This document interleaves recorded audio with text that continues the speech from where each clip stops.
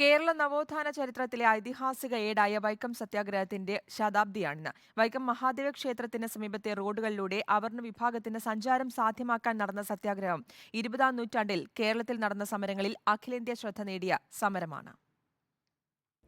അയിത്താചാരത്തിനെതിരായി ഇന്ത്യയിൽ നടന്ന ആദ്യത്തെ സത്യാഗ്രഹമാണ് വൈക്കം സത്യാഗ്രഹം. 1924-25 കാലഘട്ടത്തിൽ വൈക്കം മഹാദേവ ക്ഷേത്രത്തിന് സമീപമുള്ള റോഡുകളിൽ അയിത്തജാതിക്കാർക്ക് നിലനിന്ന വിലക്കിനെതിരെയായിരുന്നു സമരം.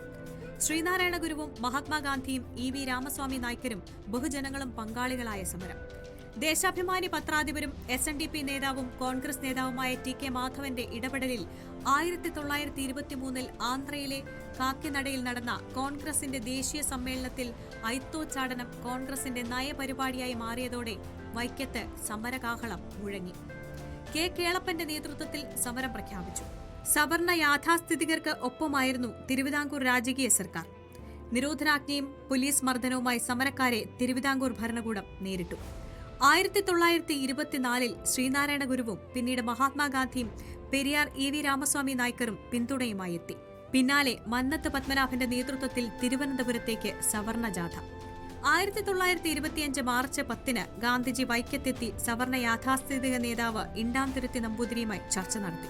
നമ്പൂതിരി ഗാന്ധിയെയും മനയ്ക്കുള്ളിൽ കയറ്റാതെ അയിത്തം പാലിച്ചു. തിരുവിതാംകൂർ ഭരണാധികാരി റീജന്റ് റാണിയെയും നാരായണ ഗുരുവിനെയും കണ്ട് ഗാന്ധി സംസാരിച്ചു. ഗാന്ധിയുടെ ഇടപെടൽ ഫലം കണ്ടു. തടവിലായവരെ സർക്കാർ വിട്ടയച്ചു. 1925 നവംബറിൽ സത്യാഗ്രഹം പിൻവലിക്കപ്പെട്ടു. പിന്നീട് ഗുരുവായൂർ പാലിയം സത്യാഗ്രഹത്തിനും ക്ഷേത്രപ്രവേശന വിളംബരവുമടക്കം ഇന്ത്യയുടെ നവോത്ഥാന ചരിത്രത്തിലെ നാഴികക്കല്ലായി മാറി വൈക്കം സത്യാഗ്രഹം. Research desk reporter.